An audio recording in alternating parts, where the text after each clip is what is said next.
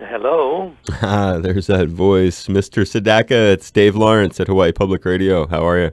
Dave, how are you? Good. Where are you from, Waikiki? In right down the street at Hawaii Public Radio. Exactly. Wonderful. Nice to talk to you again, man. Thanks for doing this. Yes, we've talked before, I think. Yep, we did. We had a great chat a few years ago when you were last here, and I was just thinking about that show, Neil. Now, is this appearance like that last one? Do you doing a solo performance, or paint a picture what's in store?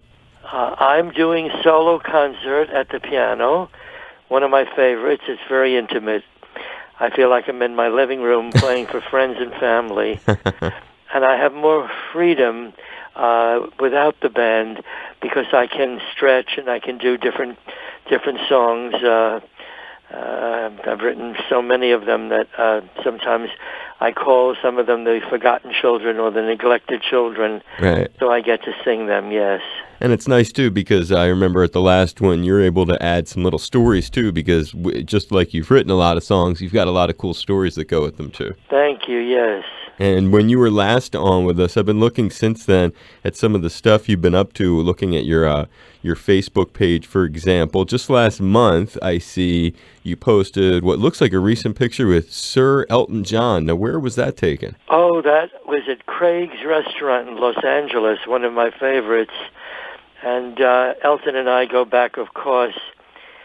We have been friends for a long time. He is responsible for my comeback in 1975. I was off the charts for about 13 years, and I met Elton at a Bee Gees concert. I was very friendly with Morris Gibb, and he bought my records as a kid in England, and he was a big fan, and he was starting Rocket Records in the mid-'70s, and he asked me to join the label, and because of that, I had a remarkable comeback with an album called Sedaka's Back, and Laughter in the Rain was the single. So I owe a lot to Sir Elton. Oh, absolutely. You've had a long, long relationship, and there's a classic photo of you actually featured on another post on your website about you doing a Gilbert Gottfried's podcast, and it shows some classic pictures, including you with Elton, taken, I guess, back in the mid-'70s. Yes, during the recording Right. of Sedaka's Back, and then we had an album called The Hungry Years, and we had a duet called Bad Blood. He was gracious enough to come into the studio and sing background vocals. I had the most expensive background singer in the world at the time. Yes, it was quite something. My first record career, was 1958 to 63, and I was more or less a voice on the radio. The second career, 75 to 80, was television. I was on the Cara Burnett, and I was on Sonny and Cher, and the Osmonds, and so people saw a face with the voice, and it was a completely different thing. And you had some TV specials too. It's funny you mentioned that. I was actually just watching your mid-'70s TV special that you had from that same era you're talking about with Bette Midler and David Brenner. Do you remember that one? How did you find that? My goodness. It's a great watching you with those guys. And that was, talk a little bit about that. What are memories of doing that one? Well, it was very exciting. They asked me to do a special on NBC, was it? Yes. And it was the American dream, you know. I thought the first record career was it, and it was over. And I knew there were more hits in me. I wanted to reinvent Neil Sedaka, write songs that were more mature, raise the bar. And then when we did that special, it showed another side of Neil Sedaka, Solitaire and The Hungry Years, and so many different kinds of songs. I mean, I wouldn't be here if not for Calendar Girl, and Breaking Up is hard to do, but you know, not many people have lasted so long.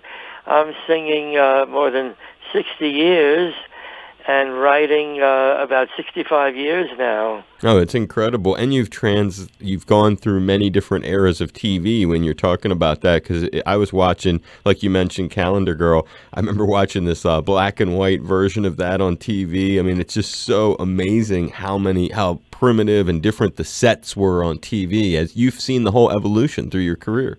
I did. I was there during the beginning of rock and roll, lucky enough to start with Buddy Holly and Roy Orbison and Elvis Presley and Sam Cooke. And in those days, there were not that many who could sing and write. Right. And I was on RCA Victor. As a matter of fact, they were a global label, and my first professional engagement was with Tom Moffett in Hawaii.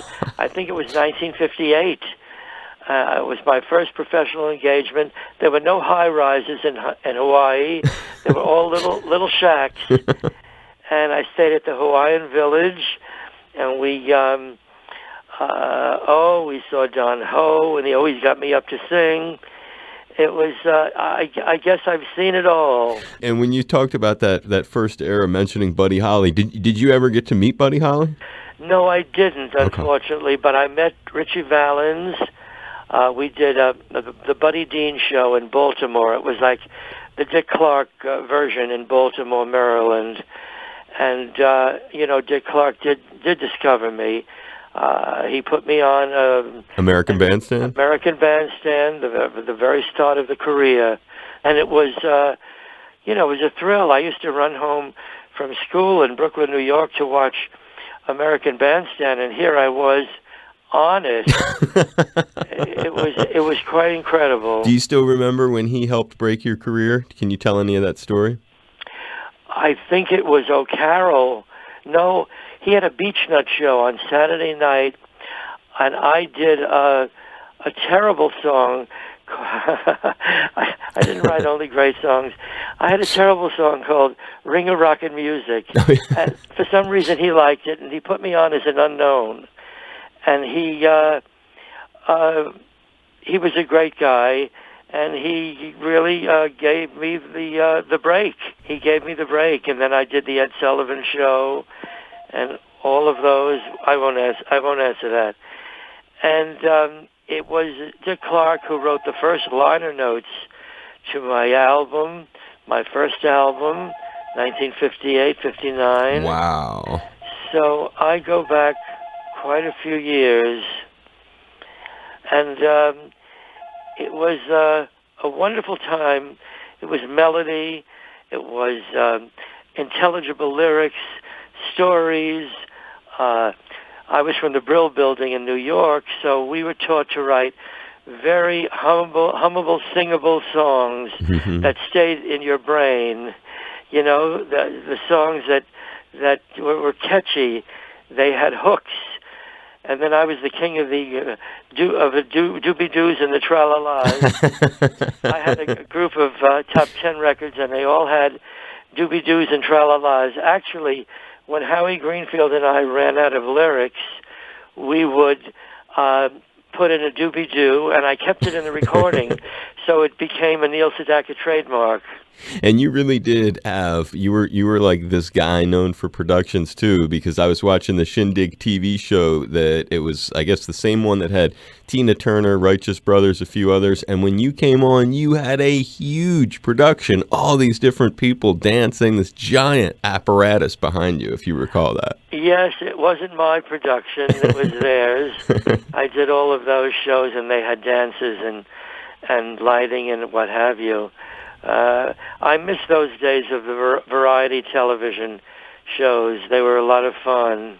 You know what's cool also is you wrote a song that in the modern United States, it really stands out so differently, the song The Immigrant, and it seems so foreign now with lines like, "It was a time when strangers were welcome here." Well, I have to give credit also to Phil Cody, who wrote the song with me. We were both from immigrant people, and the song has become more relevant today than ever. Right. I think CNN and MSNBC said they were going to play some of it.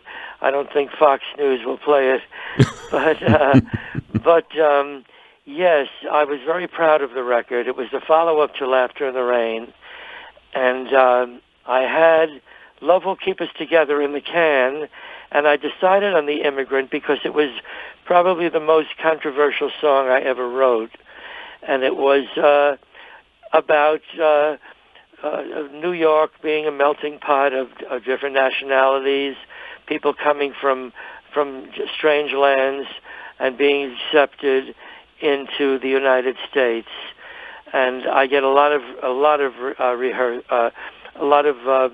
people asking me for the song. Well, I bet they do. I mean, it's reflective of your background. Think of what you just said and about New York, and then think of the fact that how many other artists can say they've recorded an album in Yiddish and done music in Spanish, Italian, German, Hebrew, Japanese, Canadian, French. Well, I'll tell you, my influence was Connie Francis, who started me off as a songwriter with Stupid Cupid and Where the Boys Are and Fallen, and she did all the languages. I said, I'm going to be like Connie. I'm going to do all the languages, and I'm not going to do the rock and roll tours. I'm going to do the adult supper clubs. So she was my inspiration for that. Yes, I did probably every conceivable kind of album, from children's albums, as you said, to Yiddish albums. And it's wonderful. I get emails from people from all over the world. They use a particular song for their wedding or for their bar mitzvah, or I saw a 2.5-year-old singing Waking Up Is Hard to Do from a children's album I did. I changed the words to my songs, and it's quite an accomplishment. I can only think of one response. Oy vey. Oy vey is right. Oy vey. Well, my mother at the beginning, my mother and father were not pleased with the rock and roll. They had seen Elvis on television. They said, "You're going to do that?" And I was a concert pianist at Juilliard, and had every intention of becoming a teacher and a concert pianist. And the first check came in, and my mother said, I think you should continue with writing these songs. And I bought her the famous mink stole. That was the Hadassah Tallis. Yes, I get mail from people who I went to Juilliard with saying, "Are you the same Neil Sedaka who sang, who played at Juilliard? We hear you singing." I never sang until I was 19 years old. It's amazing. It's a great career you've had, and we're blessed that you're bringing it back to Honolulu, and that you shared that cool story too, that early story with the late great Uncle Tom Moffat too. I'm grateful that you brought him up. Oh yes, absolutely. And Hawaii has always been very special to me. It was, in those days, I went there before jets, and we went from New York, and we stopped in Los Angeles, and it took umpteen hours to get there, but it was worth it.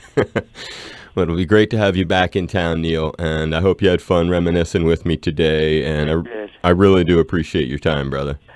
Same here. I hope to see you soon. Hey, everybody, it's Neil Sedaka. I came back to join you for the pledge drive.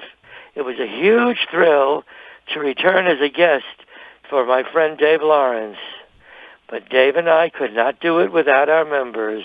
Please become one right now, and I will dedicate a special song to you. Love, love will keep us together. Think of me, babe, whenever. It'll never make it. And thank you so much. That's awesome. Neil, I'm giving you a high five and a hug. Thanks for playing along. You're a good sport, too, which is something that I really admire. Thank you, Dave. Good to talk to you always. Mazel tov, brother. Same here. Gesundheit. Mazel and Glick. I'll see you when you're in town. Be safe. Bye-bye. Bye-bye.